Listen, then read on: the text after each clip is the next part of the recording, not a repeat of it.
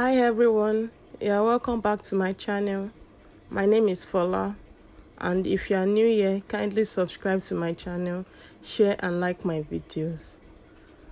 In today's video, I'll be showing you how to join your princess dart bustier and how to make a peplum top. This is a 1440-degree flare. If this is something you'd like to know more about, kindly stay tuned till the end of this tutorial. Thank you.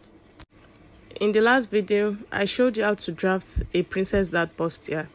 If you are yet to watch that video, I'm going to drop the link in the description box so you can watch that before you get on with this. I've gone ahead to transfer my pattern onto my fabric, and I've cut my lining pieces as well. I added ½ inch round my pattern for joining, except my side seam, because I already added my side seam allowance onto the pattern paper. And on the back pattern as well, I added ½ inch round. I added ½ inch round the armhole, the shoulder line and the neckline. I already have my side seam allowance and I have my zipper allowance as well. So I'll start joining my pieces together now. So I'll remove my pattern paper from the fabric. So I'll go ahead to join my front pieces together now. I'll join the fabric separately and lining separately. So this is it after I was done joining.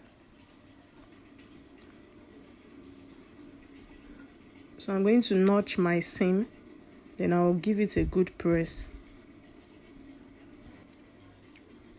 So I'll be working on the back pattern now. So I'll remove my pattern paper from my fabric, and I'll go ahead to sew my darts.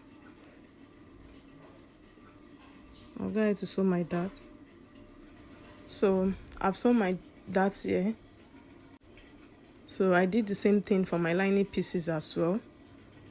So I'll go ahead to join the neckline, lining to fabric. I'm going ahead to join my neckline with my ½ inch seam allowance. Then I'll do the same thing for the back pattern as well. I'm going to join the right side of the fabric facing the right side of the lining. I'll go ahead to join the neckline. So I'll go ahead to join the neckline with ½ inch seam allowance. So this is it after I was done joining. So I notched the neckline and I top stitched it. I top stitched my neckline to the lining, and I've given it a good press. So the next thing I'll do now is to join my shoulders. So I'll just open up the shoulder of my back piece like that. Then I'll sandwich the front in between the fabric and lining like that. Then I'll stitch it with my ½ inch allowance. Then I'll do the same thing for the second shoulder as well. I'll cover it just like that. So I've gone ahead to join my shoulders. You can see how neat it's looking. So the next thing I'll do now is to join the side seam. So I'm going to join my side seam, fabric to fabric, lining to lining. I'm going to remove my lining from the fabric like that. Then I'll stitch my side seam with my 1 inch allowance. I'll do the same thing to the lining pieces as well. Right side facing right side. Then I'll join with my 1 inch side seam allowance. So this is it after I was done joining. You can see how neat it's looking like. Then I've gone ahead to iron my seam. So my bodice is in one piece now. Then I'll be working on the flare part now. So we'll be working on our 1440-degree flare. Remember that a full circle is 360 degrees. So all we are going to do now is to divide our 1440 by 360. When you divide that, you have 4. So that means we are going to be having 4 full circles to get our 1440-degree flare. So all I'm going to do now is to divide my waist measurements by 4. So the waist measurements I'm working with is 36. So we are going to divide 36 by 4. So I have 9, when I divided that. Remember, to get your radius, you are going to divide your waist by 6.28. But in this case, what we are going to do now is to divide the 9 by 6.28, since we are going to be cutting 4 of that. So we are going to divide 9 by 6.28. I hope you understand. So when I divided that, I have around 1.433. So I just approximate it to 1.5. So the radius of my flare will be 1.5 inches. So I'll be cutting that 4 times.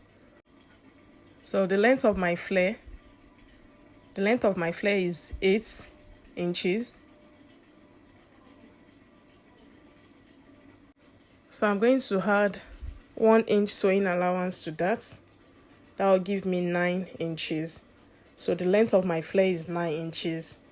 So to know what I'm going to fold on fabric now, I'm going to add my radius to the length of my peplum. When I did that, it's 10.5. So to fold my fabric now, I'm going to measure 10.5. I'm going to show you that when I'm about to cut on fabric. You understand better then. So this is the fabric I'll be working on. All I'll do now is to measure 10.5 from the edge of my fabric. I'm going to measure 10.5. I will fold it like that. So I'll make sure I have 10.5 on fold like that, you can see. Then I'll further fold it into 4 like that. So I'll make sure whatever I have there too will be 10.5. Then I'll just adjust it till I have my 10.5. So I have my 10.5 there. And I have 10.5 here too.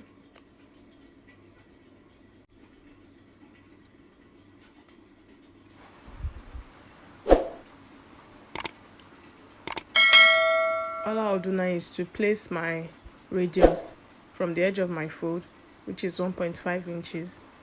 I'm going to place it round like that. So from that point, I'm going to place the length of my peplum, which is 9 inches. So instead of having to measure 9.5 like that, all I'll do is to place it back on the tip of my fabric there, and I'll measure 10.5 because I already added my radius to that.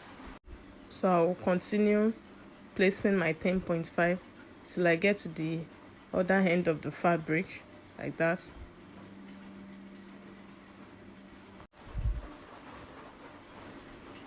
So I'm going to connect my lines like that. So I'll cut out now. To cut out my radius, I won't be cutting directly on the line. I'm going to come up about ½ inch before I start cutting. If I should cut directly on the line, I'm going to have excess around my waist when I'm about to join to the main bodice. That is why I left ½ inches before cutting it. Then I'll cut my length as well. So that is it. So I'll be cutting this 4 times. So I'll be cutting this flare 4 times now. So this is it. I've gone ahead to cut everything. I cut my flare 4 times on fabric. Same thing for my lining. I cut my lining too 4 times. And I cut interfacing for it. I'll be adding interfacing to both the fabric and the lining. So I'm going to slash one side open on my flare. I'll do that for all the 4 parts. I'm going to slash them open. Then I'll iron my interfacing to the wrong side. So I've gone ahead to iron my interfacing to the wrong side of my fabric and lining. So the next thing I'll do now is to start joining. So I'll start joining now. I'll join one side of my flare to the other side. I'll go ahead to join all the 4 pieces together. So I've gone ahead to join them, all the 4 pieces. I've joined the lining separately and I joined the fabric separately as well. And I ironed my seam. Open, you can see. I joined all the 4 sides of both the fabric and the lining. I reduced my lining by 1/2 inch. I cut out 1/2 inch from the down part of my lining so it won't be sticking out of the fabric. So what I'll do now is to place the right side of my fabric and right side of my lining together. Then I'll go ahead to stitch the down parts with 1/2 inch round the flare. I'm going to go around the flare and I'll stitch it with 1/2 inch. So this is it after I was done sewing. I went ahead to flip it to the right side and I pressed it with my iron, you can see.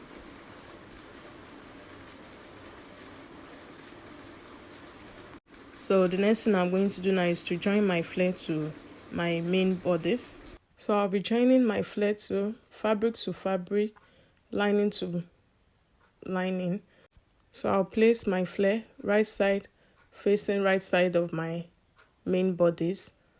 So this is it after I was done joining, as you can see. If you want your flare to have standing effects, all you have to do is to add peplum stay to it, or you can also add crinoline to the hem of the flare. So but this is how I want mine to be. So the last thing I'm going to do now is to add my zipper to the back of my top. Then I'll also add my sleeve as well. You can add any sleeve of your choice. So that will be all for my 1440 degree flare. We have come to the end of this video. I hope this video has been helpful to you. Thank you so much for watching. And if you are yet to subscribe to my channel, please do so now. And share my videos to support my channel. Thank you so much. And I'll see you in the next one. Bye.